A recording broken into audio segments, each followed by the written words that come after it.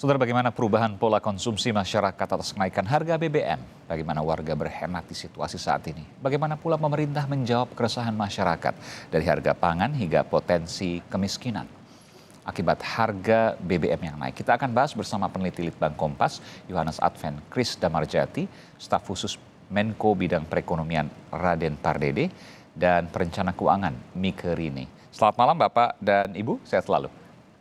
Selamat malam. Iya, Bung Advent, saya ingin bertanya pada Anda, apa bedanya penghematan saat ini dengan penghematan pada saat kenaikan BBM sebelumnya?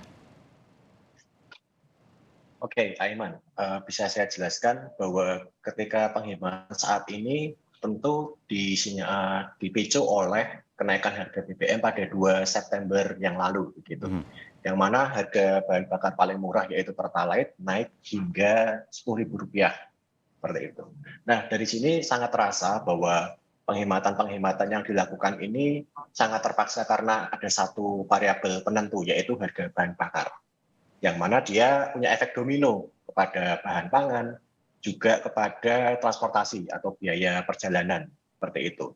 Nah, kalau kita bisa ingat bahwa menghemat ini juga pernah dilakukan ketika kemarin masa pandemi, karena pendapatan masyarakat juga menurun, seperti itu ya. Makanya ini adalah semacam fase kedua masyarakat untuk berhemat dalam waktu 2 tahun ini. Yang pertama kemarin karena pandemi dan sekarang karena BBM. Jadi begini, polanya sama dengan awal-awal pandemi waktu itu? Kalau polanya kami tidak melihat ke situ, Mas Aiman. Tetapi yang kami lihat adalah bagaimana kenaikan BBM ini mempunyai dampak yang terasa langsung di masyarakat yang kami ketahui melalui jejak pendapat. Tapi karakteristiknya mirip ya, bahwa masyarakat berhemat, kalau dulu kan karena mungkin penghasilannya yang kurang, kalau sekarang belinya harus lebih mahal, kurang lebih gitu ya? Iya, seperti itu. Karena semua sudah naik sebelum naik BBM, ketika BBM naik lagi harga-harganya. Betul. Iya, saya ke Pak Pardede. Pak Pardede, apakah pemerintah juga menangkap pesan yang difoto oleh Litbang Kompas dari masyarakat? Benar, saya pikir kita sudah punya pengalaman ya, ini Pak Advent ya. Jadi sebetulnya kalau kita mau melihat hal ini, kita coba potret apa yang terjadi di tahun 2005, kemudian 2008 dan 2013.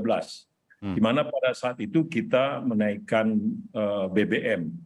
Jadi berdasarkan pengalaman waktu itu, kita melihat bahwa kenaikan daripada BBM ini menyebabkan kenaikan harga-harga lainnya itu, ya jadi di samping tentu harga BBM-nya sendiri, tapi dampak lanjutannya adalah kepada pangan, kepada transportasi, itu dampaknya itu memuncak di bulan ketiga.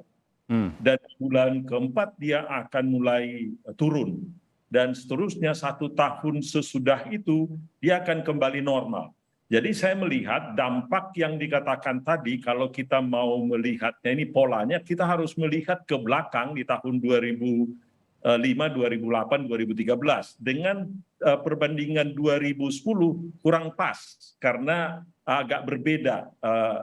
Faktor yang menyebabkan tahun 2020 itu kan pandemi, benar-benar kita tidak bekerja. Jadi kalau kita lihat itu, dampaknya ke inflasi juga puncaknya di bulan ketiga. Dan demikian juga dampaknya kepada pola belanja masyarakat, ke pola hematan itu juga saya lihat itu, kami lihat polanya itu sampai dengan bulan ketiga, artinya bulan November, Desember.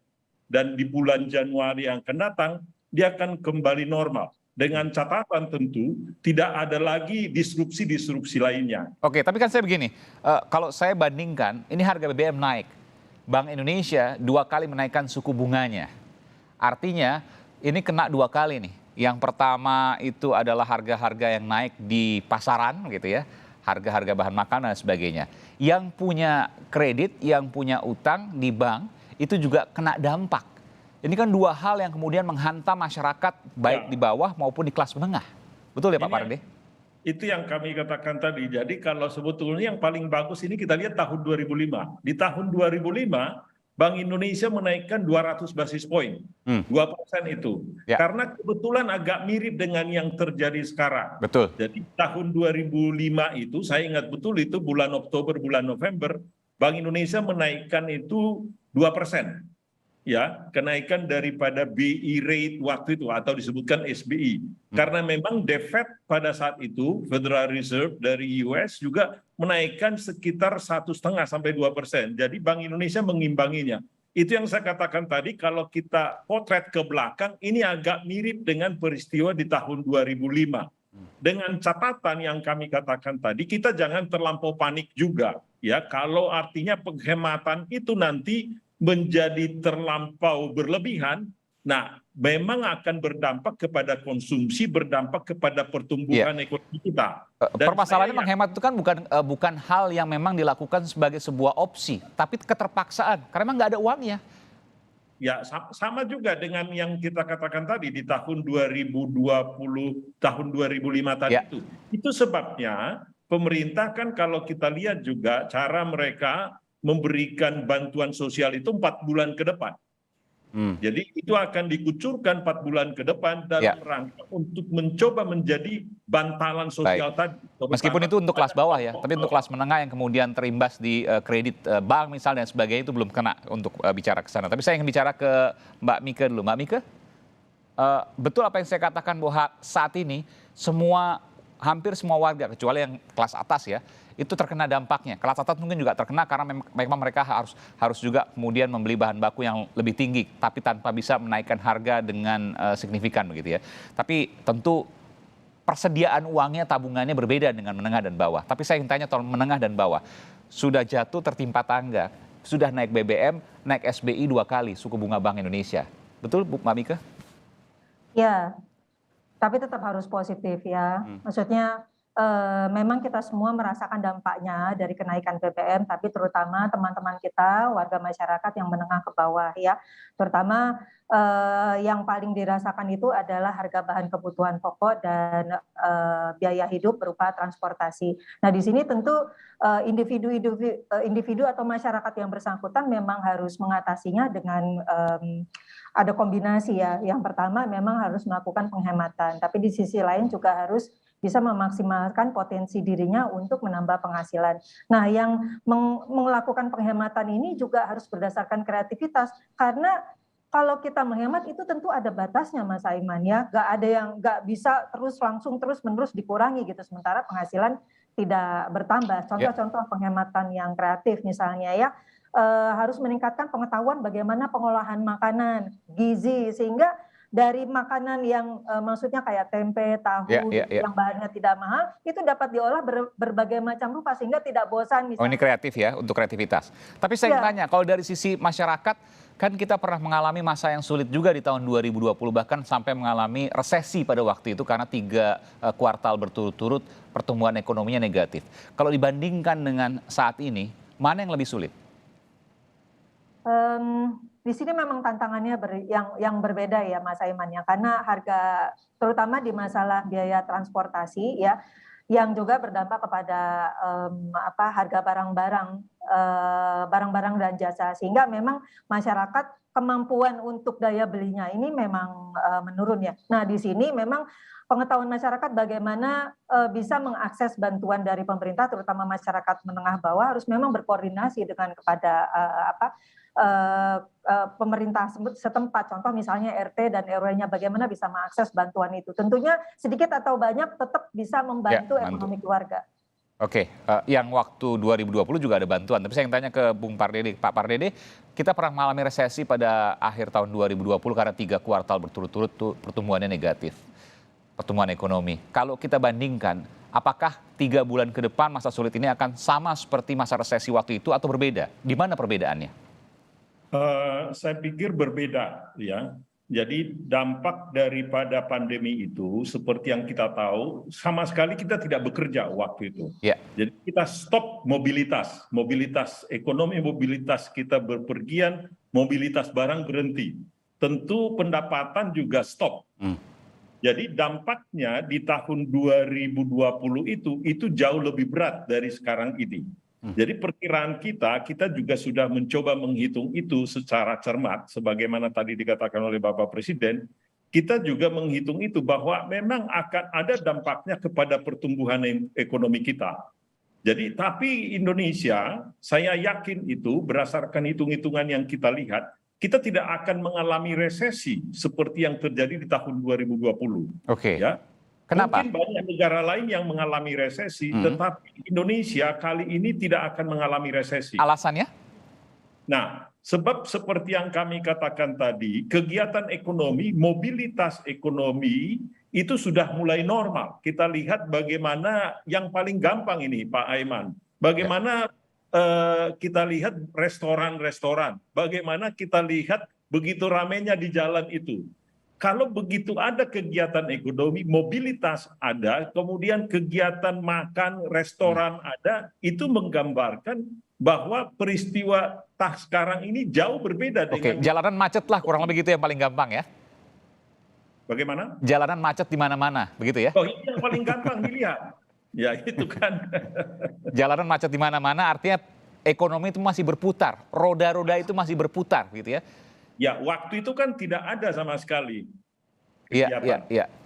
Itu yang kemudian membedakan dengan 2020. Jadi kita tetap harus optimis meskipun masa yang sulit begitu ya. Tapi apa yang kemudian bisa disampaikan di sini Pak Pardede untuk masyarakat yang kemudian terdampak hal ini? 3 bulan ke depan Anda katakan, Anda yakin sekali Januari sudah mulai normal. Kenapa bisa Anda katakan seperti itu? Satu adalah kita lihat bahwa ekonomi yang kita katakan tadi itu masih tetap bergerak, bahwa dampaknya terhadap masyarakat di bawah itu ada, dan disitulah bantalan sosial dari pemerintah itu perlu diberikan secara terus-menerus. Dan bahkan mungkin bila perlu mungkin harus ada realokasi penghematan yang dilakukan oleh pemerintah dari belanja-belanja rutin. Kalau nanti dampaknya agak lebih panjang, maka pemerintah juga harus memberikan tambahan lagi nantinya.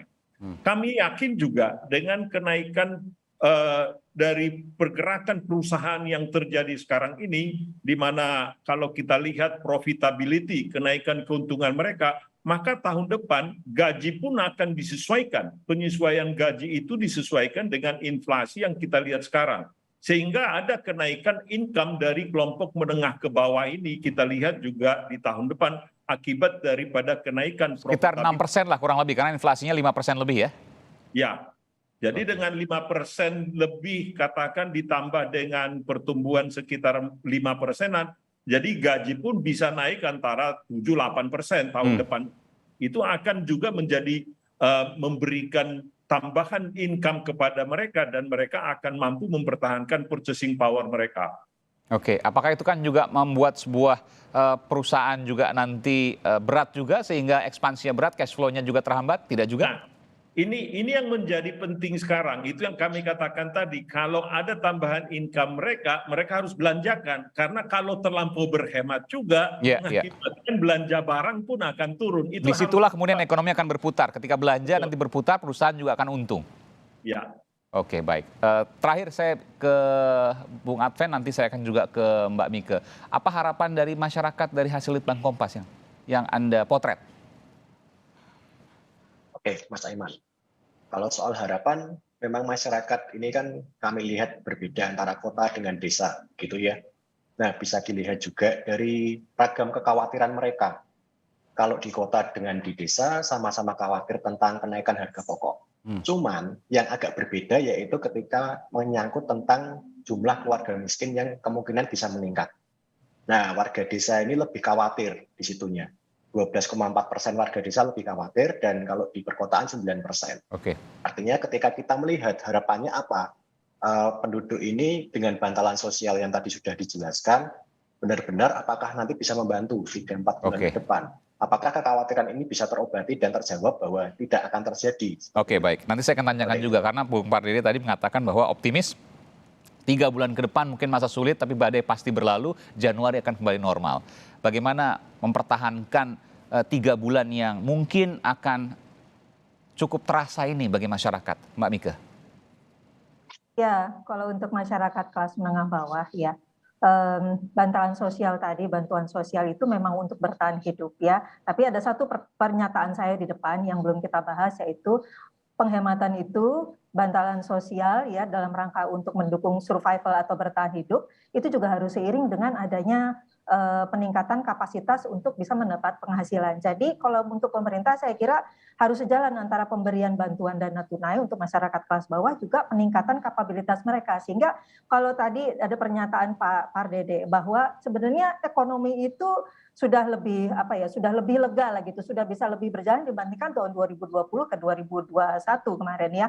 Nah, jadi sebenarnya masyarakat itu masih punya peluang untuk bisa mengoptimalkan potensi dirinya dengan apa yang ada di dalam apa yang dia miliki saat ini untuk bisa menciptakan sumber-sumber penghasilan untuk dirinya. Ya karena bagaimanapun juga kita kan tidak bisa hanya bergantung pada satu sumber penghasilan saja. Jadi membuka usaha dari rumah dengan apa yang ada itu saya kira dan masyarakat perlu dibantu pengetahuannya, keterampilannya selain dari bantuan dana sosial itu bisa menjadi salah satu cara untuk bertahan di tengah kenaikan harga. Jadi jangan menerima nasib, gunakan akal untuk kreativitas dan menambah penghasilan.